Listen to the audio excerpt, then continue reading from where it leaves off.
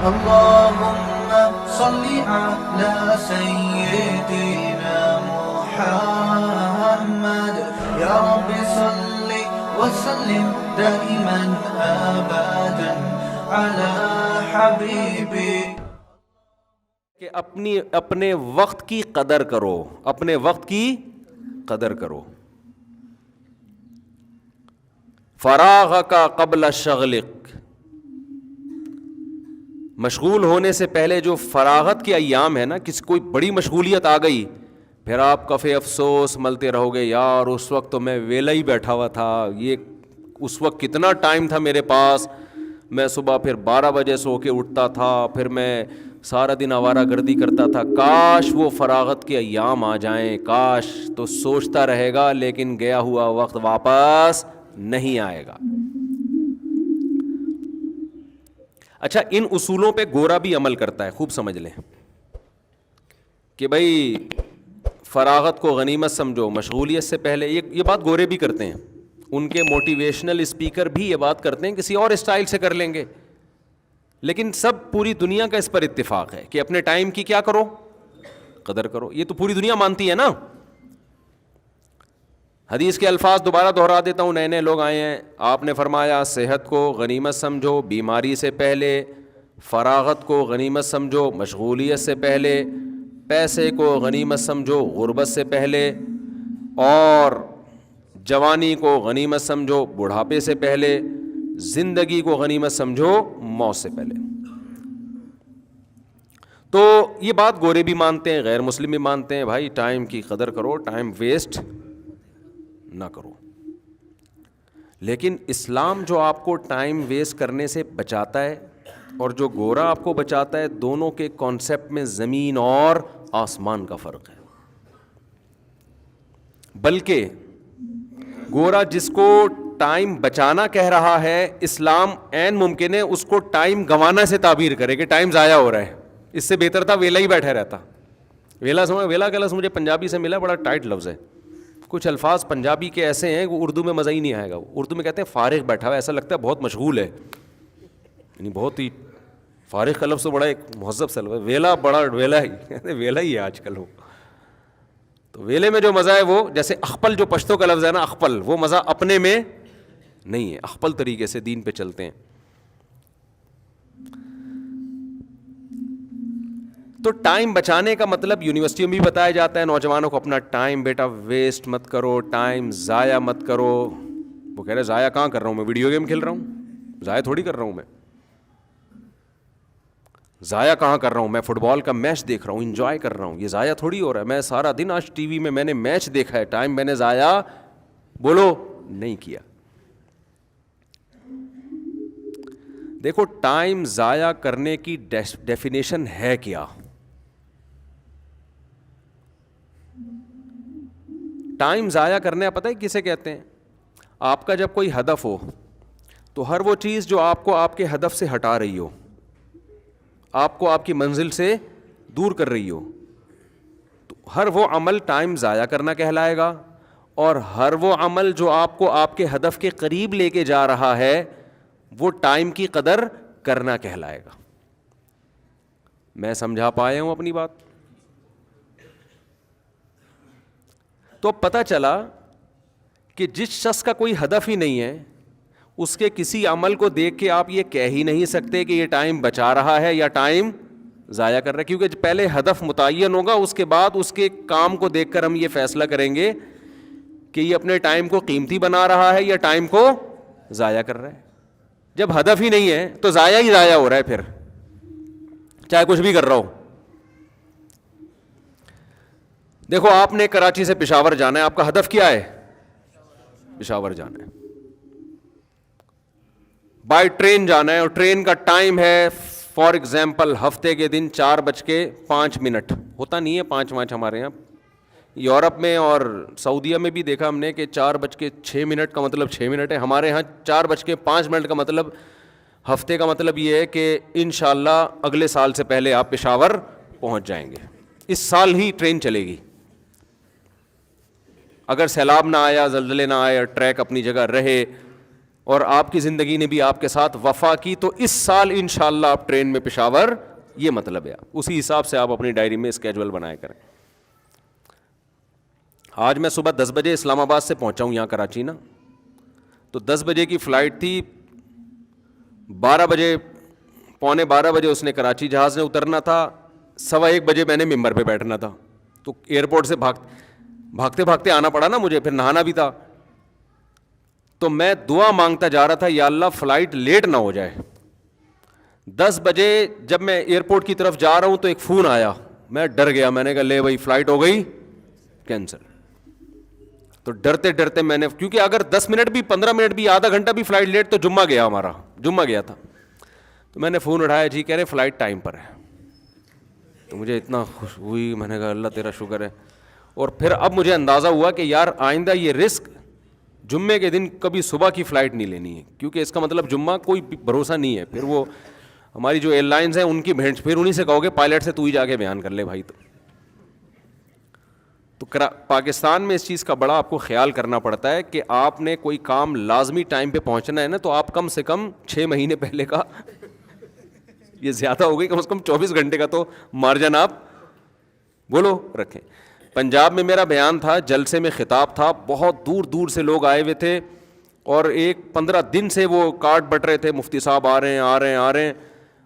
وہ لاہور اتر کے گجرانوالہ جانا تھا میں نے، تو ماشاء اللہ فلائٹ اتنی لیٹ کہ 12 بجے تو یہاں سے اڑی ہے، وہ اتنی لیٹ، پتہ نہیں 7-8 گھنٹے لیٹ. پھر ہم جب وہاں پہنچے تھکاوٹ سے حال خراب، پھر جلسے میں پہنچے، لوگ کوئی آدھا سو رہا ہے، کوئی آدھا مرا ہوا ہے، کوئی کسی کا جنازے کا اعلان ہو رہا ہے. عجیب سی میری بھی حالت وہاں بھی، اب وہ بھی بیچارے ٹینشن میں، چلو جی اب کیا بیان ہوتا وہاں پہ. تو میں نے کہا بھائی یہ سارا اصحال ثواب کس کو جائے گا؟ ہماری جو ایئر لائنز ہیں ان کے لیے. تو خیر یہ ٹائم کی قدر ہے ہمارے ہاں، کیا ہے؟ قدر ہے. اس میں کچھ تو موسم کی بھی ہو سکتی ہے، جو وہ تو پوری دنیا میں ہوتی ہے، لیکن اتنا موسم ہمارے آڑا ترچھا نہیں ہوتا جتنا باہر کے ملکوں میں ہوتا ہے. وہاں پھر بھی لیٹ ہونے کا ریشو کم ہے، ہمارے ہاں بہت زیادہ ہے. پوری قوم ایک اس مصیبت میں مبتلا ہے بھائی، کوئی کام ٹائم پہ ہو ہی نہیں سکتا. تو شادیاں کا پھر ٹائم پہ کہاں ہوں گی؟ تبھی وہ بھی لیٹ ہو رہی ہیں. اچھا اس میں مسلمان نمبر 1 ہے، یہ ٹائم پہ ہو رہی ہیں الحمدللہ. ٹائم سے مراد گوروں سے پہلے ہو جاتی ہیں. گورا ہر چیز میں چست ہے، شادی کے معاملے میں گورے سے زیادہ سست اس کائنات میں کوئی بھی نہیں ہے. اتنا سست ہے نا، 50-55 میں جا کے سوچ رہا ہوتا ہے کہ رسک لیں یا نہیں لیں. بچے مشورہ دے رہے ہوتے ہیں اپنے ابا اماں کو، اب کر لو شادی، خدا کے لیے کچھ ہمارا بھی خیال کرو یار، کوئی غیرت بھی کچھ ہوتی ہے. ہاں ہم ڈیڈی پپا اور مما بول بول کے تھک گئے، اب اس کو لیگل کر لو. تو پھر وہ سوچتے ہیں چلو یار اس میں سست ہیں. الحمدللہ ہمارے ہاں ان کی نسبت اس میں کیا ہیں، ذرا نسبتاً چست ہیں.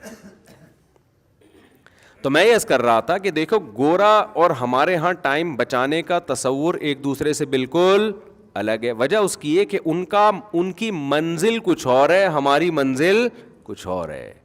عین ممکن ہے وہ جس کام کو ٹائم بچانا کہہ رہا ہو، اسلام اس کو ٹائم ویسٹ کرنا سے تعبیر کر رہا ہو. ہدف ہی الگ الگ ہے نا. ایک آدمی پشاور جا رہا ہے اور ایک کوئٹہ جا رہا ہے. ایک آدمی کہاں جا رہا ہے؟ پشاور، اور دوسرے کا ہدف کیا ہے؟ کوئٹہ. تو جس کا ہدف کوئٹہ ہے اور وہ چاہتا ہے ساری دنیا کوئٹہ پہنچے، تو جو پشاور کے رخ پہ سفر کرے گا تو یہ سمجھے گا نا کہ یہ ٹائم ویسٹ کر رہا ہے، یہ اپنی منزل سے دور ہو رہا ہے، اس کو آگے جا کے گھوم کے واپس آنا پڑے گا.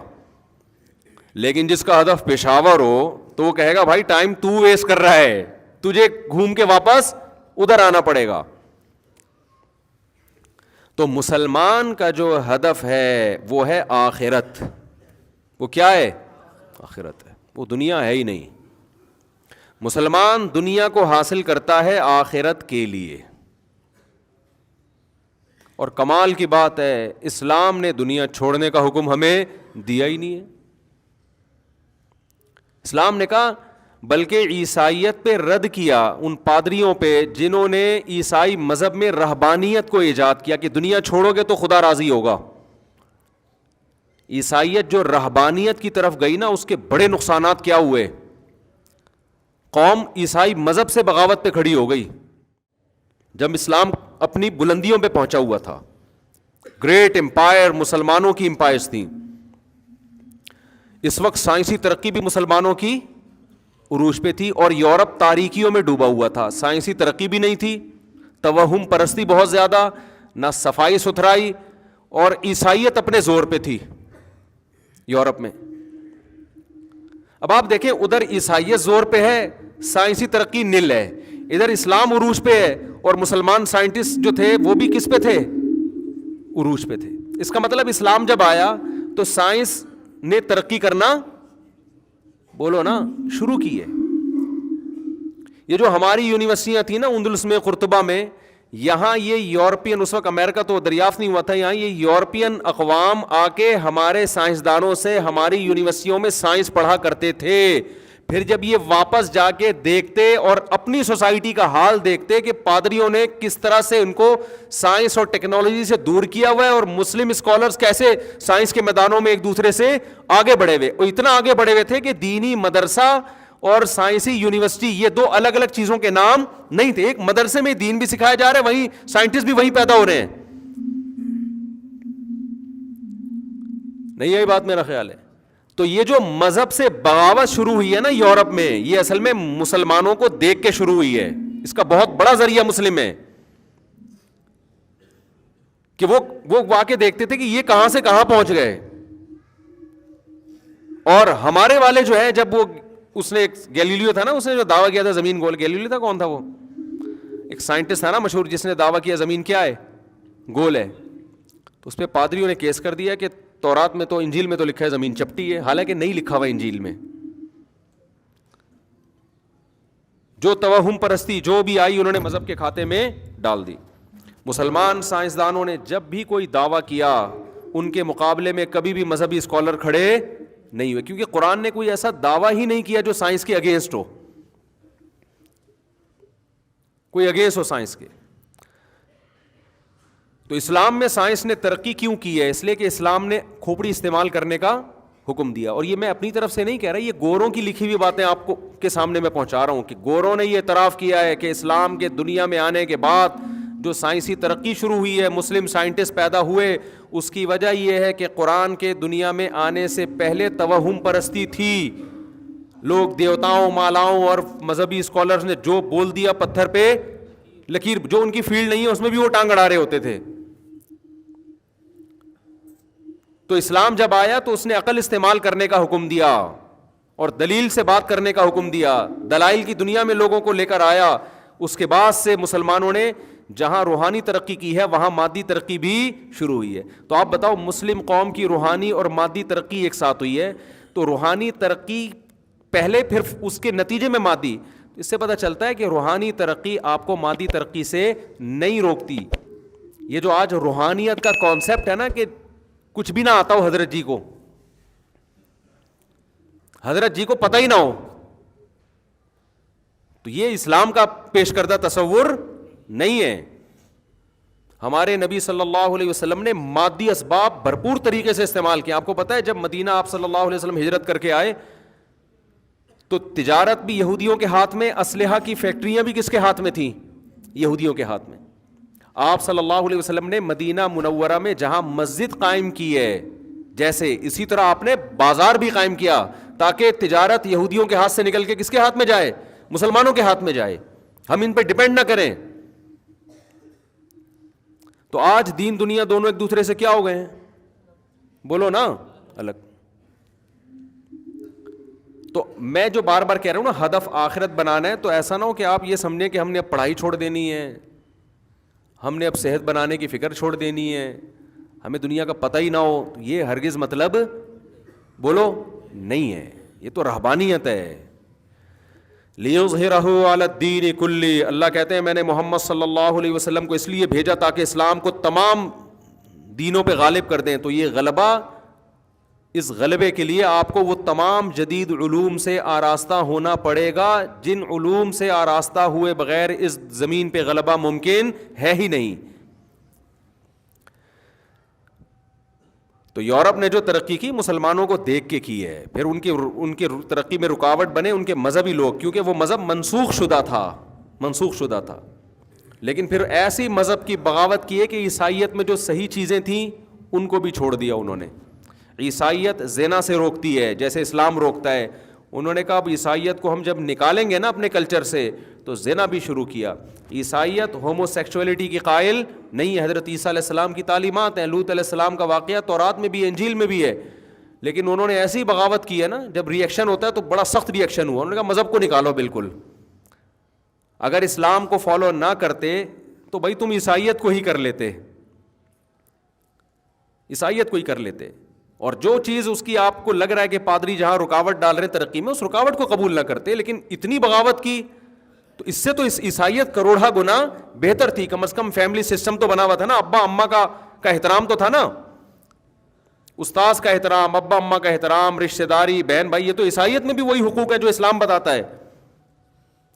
تو ایسا بغاوت کی ہے کہ وہ ترقی کی تو عروج پہ پہنچ گئے, مگر روحانیت کی ایسی پستیوں میں جا کے گرے ہیں کہ اس سے زیادہ پستی کی مثال ملتی نہیں ہے. تو خیر میں عرض کر رہا تھا, جلدی سے بات کو سمیٹ کے ختم کروں. ہماری بات اسی طرح چلتی ہے بھائی, کیا کریں, مجبور ہیں یار. ٹاپک لے کے چلتے ہیں, پھر ایران توران آتا ہے, پھر بیچ میں آتے ہیں, لیکن کوشش کرتے ہیں کوئی بات غلط نہ ہو, قرآن و سنت کے خلاف نہ ہو. تو ان کا ویژن الگ ہے, آپ کا ویژن کیا ہے؟ ان کا گول الگ ہے, آپ کا گول, آپ کا ہدف الگ, ان کا الگ. تو آپ نے ہدف کس کو بنانا ہے؟ آخرت کو. جب آپ آخرت کو سامنے رکھو گے تو دنیا تو پھر بھی آپ کماؤ گے, بلکہ فرض ہے آپ پہ دنیا کمانا, لیکن اس میں حرام کو آپ نے اپنی زندگی سے نکالنا ہے. گورا ٹینشن دور کرنے کے لیے شراب پیتا ہے, آپ ٹینشن دور کرنے کے لیے سو جاؤ اچھے بچوں کی طرح. یہ بہترین طریقہ ہے بھائی. پھر بھی نیند نہیں آ رہی, بھاگو دوڑو ورزش کرو, تھکو گے, نیند آ جائے گی. پھر بھی نیند نہیں آ رہی تو ڈاکٹر سے پوچھ کے کبھی کبھار ایک آدھ نیند کی گولی کھا لی, کبھی کبھار عادت نہیں ڈال لینا, ورنہ اس چرس سے زیادہ اس پہ سیٹ ہو جاؤ گے پھر تم. یہ نیند کی گولیاں اور یہ سب کھوپڑیوں کو آؤٹ کرتی ہے. قرآن کھول کے بیٹھ جائیں, کہہ رہے نیند آ جائے گی, بیوی سے باتیں شروع کرتے ہیں نیند آ جائے گی. تو ڈاکٹر کہتے ہیں, میں میڈیکل سائنس میں ٹانگ نہیں اڑا رہا, ڈاکٹروں سے سنی ہوئی باتیں نقل کر رہا ہوں, کہ نیند کی گولی کبھی کبھار کھانے میں کوئی حرج نہیں ہے, لیکن عادت نہ ڈالیں اس کی. کبھی کبھار کا مطلب بلا وجہ تو ویسے ہی نہیں کھائیں. کبھی ایسا ہوتا ہے کہ بہت زیادہ تھک گئے, کوئی دماغی کام ہے, صبح کوئی بہت ضروری ہے, تو پھر ڈاکٹر لوگ ہی کہتے ہیں کہ ایک آدھ میں کبھی کبھار میں فرق نہیں پڑتا, بلکہ وہ کہتے ہیں نہ کھانے سے وہ کھا لینا بہتر ہے, کیونکہ نہیں سوئے گا پھر جو دماغ خراب ہوگا نا اس کا, صبح پتہ نہیں کیا کیا کرے گا جا کے, یہ اس سے بہتر ہے کہ کھوپڑی کو تھوڑی دیر کے لیے سیٹ کر لے. لیکن یہ ایک دفعہ میں یہ عادت پڑتی ہے, یہ بھی ذہن میں رکھو, جو پھر آدمی کو مزہ آتا ہے پھر کہتا ہے کل بھی کھاؤں گا. اب یہ نہ کریں آپ کام, یہ بہت ڈینجرس ہے. تو سب سے بہتر طریقہ, بھاگے دوڑے, پسینہ نکلا. جب جسمانی طور پر آدمی تھکتا ہے تو دماغی طور پہ اس کو سکون ملتا ہے. تو گورا پیے گا شراب, آپ نے شراب نہیں پینی, کیونکہ یہ آپ کو آپ کے آخرت سے کیا کر رہا ہے, یہ عمل ہٹا رہا ہے. تو اب کرنا کیا ہے؟ پہلے تو میں نے بتا دیا ہدف آخرت ہے. اب آخرت کے لیے آپ کو دنیا بھی کرنی ہے, ظاہر ہے. پہلے تو اللہ میاں نے 5 عبادتیں ہمیں بتائی ہیں. گورا ان 5 عبادتوں کو ٹائم ویسٹنگ سمجھے گا. کیا خیال ہے بھائی؟ دیکھو کل پیپر ہے, گورے کو پتہ ہے کہ کل میں نے امتحان دینا ہے, ہندو کو پتہ ہے کہ کل میرا, گورے ہی بات نہیں, اس میں ہندو بھی داخل ہیں, سکھ بھی داخل ہیں. اس سکھ سے مجھے یاد آیا, ابھی ایک سکھ ہیں, ان سردار جی نے میرے خلاف کوئی کلپ بنایا ہے, میں نے کہا داڑھی بڑھاؤ, اور سکھ مذہب میں یہ کہ سب جگہ. تو یہ خوب سمجھ لیں, نیچے نا کچھ لوگوں نے طنز کیے ہوئے ہیں سردار جی پہ. تو یہ طنز کرنا ہمارا طریقہ نہیں ہے. آپ اپنی بات مثبت انداز میں, مدلل انداز میں پیش کر دیں, اگلے نے جواب دے دیا, لوگ دیکھ لیں گے کس کا جواب میں دلیل ہے, کس کے جواب میں دلیل نہیں ہے. لیکن یہ جو نیچے لوگ, مسلم لوگ کچھ طنزیہ لب و لہجہ اختیار کر رہے ہیں نا, تو یہ خوب سمجھ لو, جب آپ اس طرح سے طنز کرنا شروع کریں گے نا, کسی کے اوپر مذاق اڑانا شروع کریں گے, تو اس سے اسلام کے قریب آنے کے بجائے لوگ دور ہو جاتے ہیں, کہ ان کو تو بات کرنے کی تمیز نہیں ہے. تو جیسے سردار جی نے بڑی تمیز سے ایک چیز ریکارڈ کروا دی, تو آپ نے بھی کمنٹس تمیز سے ہی کے دائرے میں ہی کرنے ہیں. اس وقت تمیز مارکیٹ سے کیا چل رہی ہے, شارٹ چل رہی ہے, فوراً جوش میں آ جاتے ہیں. موسیٰ علیہ السلام کو اللہ نے فرعون کے پاس بھیجا تھا, کتنا بڑا ظالم تھا وہ, تو اللہ نے موسیٰ علیہ السلام سے کیا فرمایا؟ قولا لہو قولا لینا، نرم لہجے میں بات کرنا. تو فرعون سے جب نرم لہجے میں بات کرنے کا حکم ہے تو باقی تو سب فرعون سے چھوٹے ہی ہیں. تو آپ نے اپنے ٹائم کو بچانا ہے، ٹائم کی حفاظت کرنی ہے. اگر آپ نے ابھی حفاظت نہیں کی، ہاں میں عرض کر رہا تھا جب آخرت کو ہدف بنائیں گے تو اللہ نے آپ کو جو جو صلاحیتیں دی ہیں تو اس میں آپ نے اپنی صلاحیتوں کو دیکھ کے یہ فیصلہ کرنا ہے کہ میں کون سے کام انسانیت کی خدمت کے زیادہ سے زیادہ کر سکتا ہوں. بے شک اس میں پیسہ کمانا بھی ہو، پیسہ بھی کمانا ایک اچھی بات ہے. حدیث میں آتا ہے اوپر والا ہاتھ اللہ کو نیچے والے ہاتھ سے زیادہ محبوب ہے. اس نیت سے کمائیں، رشتہ داری جوڑیں گے. واپس چلا گیا. میں نے کہا تھا کئی ہفتوں تک میں یہ 4 شادیوں پہ بیان نہیں کروں گا، پھر خواتین بہت ناراض ہوتی ہیں. یعنی پیسہ آیا تو میں یہ کہنے والا تھا کہ جب آئے گا تو پھر ہم 4 کر لیں گے، کیونکہ اس میں رشتہ ملنا آسان ہوتا ہے. لیکن میں نے کہا یہ بات اب بہت ہو گئی یار. پھر کبھی کسی وقت یہاں تک آئی تھی، پھر وہ نکل کے پھر وہ آ گئی نا یہاں تک، اب اس لیے میں نے کہا واپس لے جانا ٹھیک نہیں ہے. 4 بیوہ. تو ہر انسان کو اللہ نے مختلف قسم کی صلاحیت، کسی کو اللہ نے کاروباری دماغ دیا ہوتا ہے، کسی کو اللہ نے پڑھنے کے لیے بڑا اچھا دماغ دیا ہوا ہوتا ہے، کوئی جسمانی طور پر بڑا مضبوط ہوتا ہے، اوپر سے کیا ہوتا ہے خالی ہوتا ہے، لیکن جسمانی طور پر بڑا مضبوط ہوتا ہے وہ.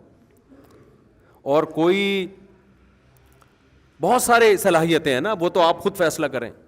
تو اب میں یہاں تک پہنچنا چاہتا ہوں کیونکہ آپ میں اگر پاور ہوگی، طاقت ہوگی، چاہے ٹیکنالوجی کے لحاظ سے ہو، چاہے وہ آپ نالج کے لحاظ سے ہو، چاہے جسمانی قوت کے لحاظ سے ہو، تو آپ وہ کام قوم کے لیے اللہ کو راضی کرنے کے لیے کر سکتے ہیں جو کمزور آدمی جس میں وہ صلاحیت نہیں ہے وہ آدمی نہیں کر سکتا.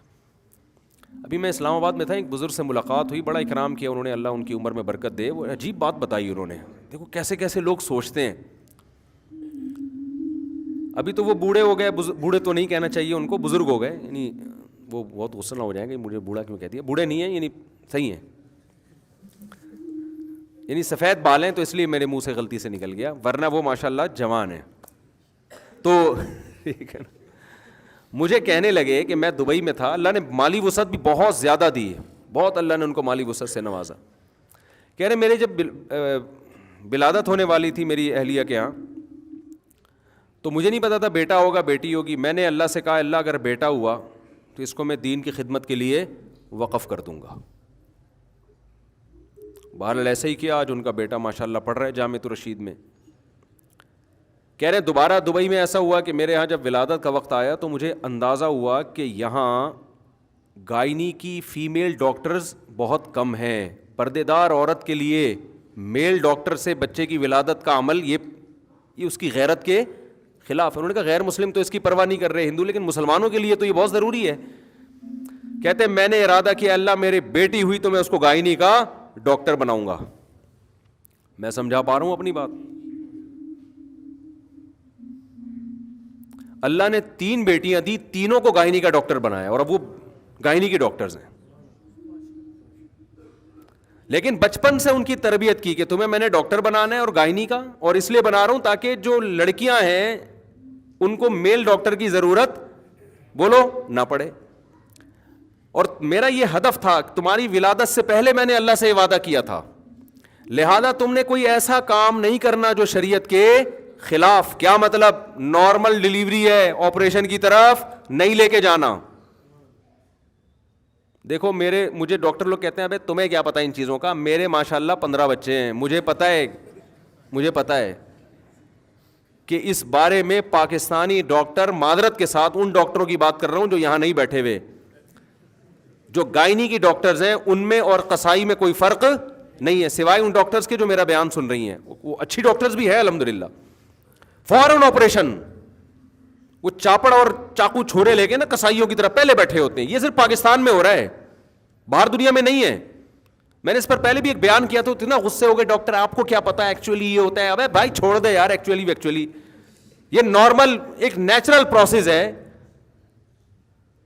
پھر میں نے مثال دی تھی ایک دفعہ بیان میں کہ بکریوں کو دیکھو، بلیوں کو دیکھو، گایوں کو دیکھو سب کے نارمل ہو رہی ہے, انسانوں پر کمبختی کیوں آئی ہوئی ہے؟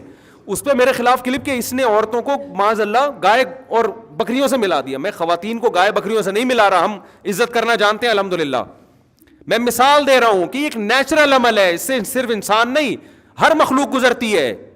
کسی مخلوق کے آپریشن نہیں ہو رہا, یہ کمبختی انسانوں پہ کیوں آئی ہوئی ہے؟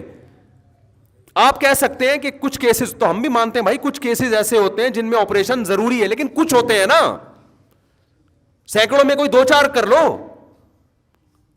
یہاں تو ہر دوسری عورت کے آپریشن, ہر تیسری عورت کے آپریشن, اور اگر کسی کے نارمل تو اگلا بچہ پھر آپریشن.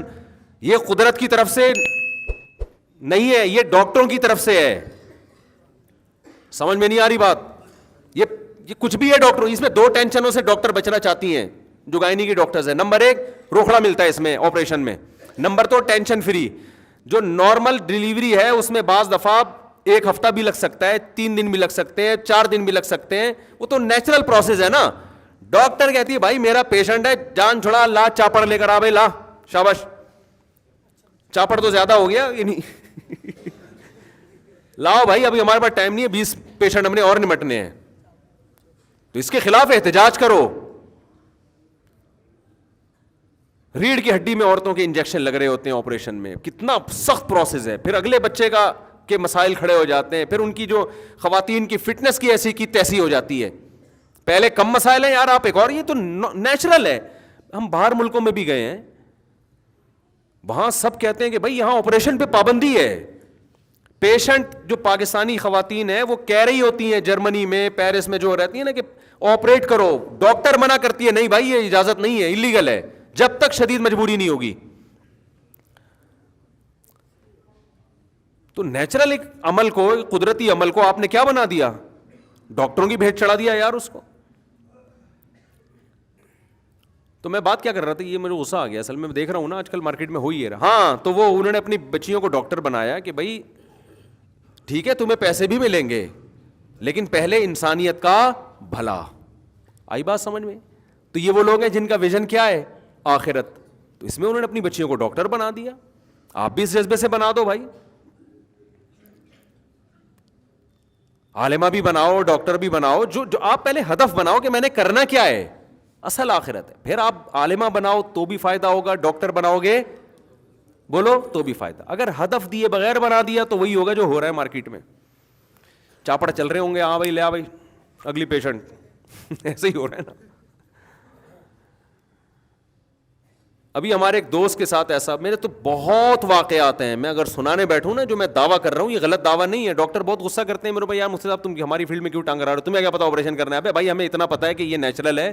ٹھیک ہے کچھ پیشنٹ ایسے ہوتے ہیں جن میں آپریشن ضروری ہے لیکن اتنے نہیں جتنے آپ لوگوں نے بنائے ہوئے. یہ اس کا مطلب یہ قدرت کا نظام ہی سارا بگڑ گیا ہے, نظام ہی خراب ہو گیا ہے. ہمارے پاس تو اتنے ہمارے دوست ابھی چند دن پہلے ہوا, وہ لیڈی ڈاکٹر نے کہا کہ لازمی آپریشن ہی ہوگا. اس نے کہا میں آپ وائف کو لے کے ہی نہیں جاتا, کہیں اور لے گیا. وہ نارمل ہوئی اس میں. ہم نے تو ایک جامعۃ الرشید نے کو ہاسپٹل بند کیا اس چکر میں. ہمارے یہاں جامعۃ الرشید والے نے ایک ہاسپٹل کھولا, اس میں یہی گائنی کی ڈاکٹرز بھی. اور تو کیا ہوا ہے کہ وہ ایک ڈاکٹر نے کہہ دیا کہ جی یہ آپریشن والا کیس ہے. ان لوگوں نے کہا نہیں ہم نہیں آپریشن کی طرف جائیں گے. آئے ہیں باہر, وہ بیچاری خاتون کے ٹیکسی کے اندر ولادت ہو گئی نارمل. تو ہمارے استاذ کو پتہ چلا, انہوں نے اسپتال ہی بند کر دیا. انہوں نے کہا لوگ ہم سے بدگمان ہوں گے کہ یہ مولانا لوگوں نے ٹرسٹ کھولا ہوا ہے اور کیا کیا. انہوں نے کہا بھائی یہ بند ہی کر دو سارا سیٹ اپ ہی.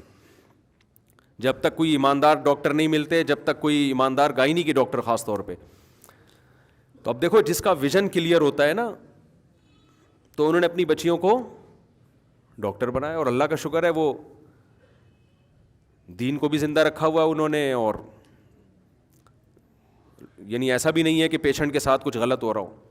اور یہ بھی بتا دوں بعض دفعہ ڈاکٹر کا قصور نہیں ہوتا, ہاسپٹل کی طرف سے ڈاکٹر صاحب کو آرڈر ملتا ہے کہ اتنا پیسہ ہمیں منتھلی چاہیے, اتنا پیسہ ہمیں منتھلی چاہیے. اب میں نے کہیں یہ بیان میں کہہ دیا کہ ایک ڈاکٹر نے مجھے خود بتایا کہ ڈاکٹر نے ہمیں ہاسپٹل کی طرف سے کہ بھائی ہمیں اتنا پیسہ چاہیے تو ہم آپریشن کرتے ہیں. تو وہ بیچاری وہ ڈر گئی. 2-3 سال پہلے انہوں نے مجھے بتایا تھا, تو میں نے ان کا نام لیے بغیر بتایا. وہ بیچاری اتنا ڈر گئی کہ وہ نمبر ہی, وہ میں نے دوبارہ رابطہ کیا نا میں نے کہا میں نے اس لیے رابطہ کیا کہ کوئی ایسی گائنی کے ڈاکٹر ہونا جو آپریشن سے, میں نے ان کو مشورہ دیا آپ اپنی الگ کلینک کھولیں. تو میں نے اس لیے رابطے کی کوشش کی کہ پتہ نہیں کلینک الگ کھولی ہے نہیں کھولی انہوں نے. پتہ چلا کہ وہ بیچاری ڈر گئی کہ مفتی صاحب نے میرا نام جمعے میں لے لیا, حالانکہ میں نے نام نہیں لیا تھا, لیکن وہ ان کو یہ ڈر لگا کہ کہیں ایسا نہ ہو یہ کال ہسٹری نکالیں اور ہسپتال والے وہاں تک پہنچے تم نے ہمارا راز. تو اتنا ڈر ہے, اتنی ٹینشنیں ہیں. سمجھتے ہیں کہ نہیں سمجھتے ہیں, آپ کے اچھے بھی سمجھیں گے. اور آپ کے کیا ہے, 2 3 3 چھوڑو, یہ ایک آدھ بچے کے یہ مسائل ہیں ہی نہیں, اس میں تو جیسے چاہو کر لو یار, کوئی اتنا گھبرانے کی بات. یہ تو جن کے بچے ہوں تو ان کے لیے مسائل میں بیان کر رہا ہوں, ایک آدھ سے کیا مسئلہ ہے. کوئی ویژن ہی نہیں بناؤ آپ لوگ, 1 2 بچوں کے کوئی جو بننا ہوگا خود ہی بن جائے گا, بس دعا کرو اللہ انسان کا بچہ بن جائے گی, اتنا کافی ہے. بچے ہوں تو پھر ویژن سوچتا ہے نا, ایک آدھ کی ٹینشن نہ لیں آپ, وہ خود ہی ہو جائیں گے اپنی ذمہ داری پہ, ویژن بھی خود ہی بنا لیں گے بیٹھ کے, بس چڈی بنیان پہنا دیا کریں آپ, اتنا کافی ہے. تو خیر آخرت کو سامنے رکھ کے ایک ہدف بنانے کی میں نے آپ کو ایک مثال دی ہے, اور ایسی درجنوں مثالیں ہو سکتی ہیں. فوج میں بھیجیں آپ اپنے لوگوں کو, آپ تجارت میں ڈالیں اپنے لوگوں کو, ہوگا وہی جو اللہ چاہے گا, وہ نہیں ہوگا جو آپ چاہیں گے. لیکن آپ اچھا چاہیں گے تو آپ کو چاہت کا ثواب ملے گا. پھر اسی حساب سے اپنی لائف کو آپ ترتیب دیں, پھر اس میں گٹر کے ڈھکنوں پہ بیٹھ کے ٹائم کو ضائع بولو نہ کریں. ڈبو میں, اسنوکر میں سارا دن ٹی وی کے سامنے بیٹھ کے میچز دیکھنا, آپ کا دیکھو جس ٹیم نے جیتنا ہے وہ جیت جائے گی, جس نے ہارنا ہے وہ ہار جائے گی. آپ کو اس سے کخ بھی فائدہ ہونے والا نہیں ہے. یا تو ہوتا نا آپ کے ٹی وی کے سارا دن بیٹھنے سے پاکستان جیت جاتا تو میں بھی بیٹھتا, پھر ہمیں بھی ملک سے محبت ہے الحمدللہ. میں کہتا یار میں میچ دیکھوں گا سارا دن بیٹھ کے, کیونکہ یہ اطلاع آئی ہے کہ اگر مفتی صاحب نے میچ دیکھا تو جیتے گا پاکستان. تو مجھے پتہ ہے میرے جیتنے نہ میرے بیٹھنے, میں کچھ اپنی صلاحیتوں کو ایسے ٹائم میں لگاؤں یار جس کا میری آخرت میں مجھے فائدہ ہو. کیا خیال ہے؟ بہت زیادہ شوق ہے, تھوڑا دیر کے بعد اسکور پوچھ لیا کرو کیا چل رہا ہے بھائی مارکیٹ میں. بھائی کیوں اپنے اوقات کو ضائع کر رہے ہو یار موبائل گیموں میں. ہم تو حیران ہوتے ہیں جو لوگ ویڈیو گیم کھیلتے ہیں نا. دیکھو میں نہیں کہہ رہا کہ میرا ٹائم کبھی ضائع ہی نہیں ہوتا, تو انسان کوشش تو کرتا ہے لیکن پھر بھی ہو جاتا ہے کبھی کبھار. لیکن باقاعدہ نیت کر کے ضائع کرے آدمی ٹائم, یہ بہت ڈینجرس چیز ہے. جو ویڈیو گیم کھیل رہا ہے نا باقاعدہ نیت کر رہا ہے کہ میں ٹائم کو ویسٹ, ایک تو ہوتا ہے نا کوئی بن بلائے مہمان آ گیا بیٹھ گئے تھوڑا ٹائم ویسٹ ہو گیا, کوئی فائدہ بھی نہیں تھا, یہ تو چلو ہو گیا نا. یا آپ کو تفریح میں آدھا گھنٹہ آپ کے لیے تفریح کے لیے کافی تھا, آپ نے 1 گھنٹہ ہی لگا دیا. آپ نہاری کھانے کے لیے گئے تو وہاں بیٹھ کے گپے لگانا شروع کر دیا آپ نے, یہ اتفاقی ٹائم ویسٹ ہوتا ہے. لیکن آپ نے ایک ٹائم ویسٹ یہ ہوتا ہے کہ آپ پراپر نیت کریں کہ میں نیت کرتا ہوں ویڈیو گیم کھیلنے کی, پھر کھیل رہے ہیں آپ اس میں. یہ خدا کی قسم اتنی غلط حرکت ہے, اتنی غلط حرکت ہے کہ اس کی تو کوئی لاجک سرے سے بنتی ہے ہی نہیں ہے. وہ بچوں کو یہی سکھایا جا رہا ہے, خود بھی یہی کر رہے ہیں. چلو بچے تو بچے ہیں, بڑے بھی یہی کر رہے ہیں بیٹھ کے. تو اس لیے نبی صلی اللہ علیہ وسلم نے فرما دیا کہ جب بیمار ہوگے نا تو ان صحت کا ایام کو یاد کرو گے, کاش میں کسی کام میں لگا دیتا اس صحت کو. کوئی زبان سیکھ لیں, کوئی نئی زبان سیکھ لیں. جب اللہ نے وسعت دی ہے, ہو سکتا ہے کہ کل فقر و فاقہ آ جائے, پھر آپ پر پیسہ کمانا ہی مسلط ہوگا, کوئی اور کام نہیں کر سکتے. پھر لوگ آپ کو کہیں گے نماز پڑھ لو, کہیں گے بھائی میں رکشا چلاؤں گا, میں پیسے کمانے میں کیا کروں, میں کیسے نماز پڑھوں. پھر آپ کے اوپر دماغ میں صرف پیسہ مسلط ہو جائے گا جب فاقہ آتا ہے انسان کے گھر میں. تو آپ اسی طرح جوانی کو غنیمت سمجھو بڑھاپے سے پہلے. جب بڑھاپا آئے گا تو پھر جوانی کو یاد کرو گے, رو گے یار میں یہ کر لیتا, میں یہ کر لیتا. کتنے غیر مسلم جو بڑھاپے میں مسلمان ہوئے, کتنے لوگ جنہوں نے بڑھاپے میں توبہ کی, وہ کہتے ہیں کاش ہم 10 سال پہلے توبہ کر لیتے تو آج ہم دین میں بہت آگے نکل چکے ہوتے, ہم بہت کچھ سیکھ لیتے, بہت کچھ پڑھ لیتے. ہمیں تو ایسے لوگ ملے جنہوں نے 60 سال میں توبہ کی, کہتے ہیں یار کاش ہم 50 سال میں کر لیتے نا تو یہ 10 سال علم دین سیکھنے میں لگا دیتے ہم. جوانی میں انسان میں صلاحیتیں ہوتی ہیں دیکھنے کی, سننے کی, سمجھنے کی. جیسے جیسے عمر بڑھتی ہے وہ صلاحیتیں آہستہ آہستہ کم ہونا شروع ہو جاتی ہیں. تو اس لیے اپنے وقت کو میرے بھائی قیمتی بناؤ, کوئی ٹائم کا کوئی پابندی بنائیں, کوئی اسکیجول بنائیں, کوئی کھانے پینے کا بھی کوئی تھوڑی سی زیادہ نہیں, تھوڑی سی کیا ہو جو آ رہا ہے کھائے جا رہے ہیں کھائے جا رہے ہیں کھائے جا رہے ہیں، پھٹ پھٹا کے مر جائیں گے ایک دن. اور یاد رکھو قرآن ایک جگہ نہیں بار بار کہتا ہے کہ جب موت کا وقت آئے گا نا، موت کا وقت آئے گا تو پھر ایڑیاں بھی رگڑو گے نا کہ ایک سیکنڈ مل جائے مجھے. اللہ کہتے ہیں میں نہیں دوں گا. ساری دنیا کی دولت دے کے ایک سیکنڈ چاہو گے نا کہ مل جائے، اللہ کہتے ہیں ساری دنیا کی دولت تیری جھولی میں ڈال دوں اور تو صدقہ کر دے کہ مجھے ایک سیکنڈ میری زندگی بڑھ جائے، اللہ کہتے ہیں یہ ممکن نہیں. تو جو کرنا ہے ابھی کرنا ہے، آج سے کرنا ہے. سمجھتے ہو کہ نہیں سمجھتے؟ تو وہ کرنا کیا کیا ہے یہ ڈیٹیل میں انشاءاللہ اگلے بیان میں بتاؤں گا. کن کن چیزوں کو فوکس رکھ کے زندگی ہم نے، اصل تو آخرت ہے نا، تو آخرت تک پہنچنے کے بھی تو کچھ ذرائع ہیں نا. تو وہ کیا کیا چیزیں ہیں جن کو ہم نے عبادات میں ہے اور پھر آگے معاملات میں بہت ساری چیزیں. ایک تو میں نے صرف ایک مثال دے دی ان بزرگ کی. اللہ تعالی ہمیں سمجھنے کی، عمل کی توفیق عطا فرمائے. وما علینا الا البلاغ.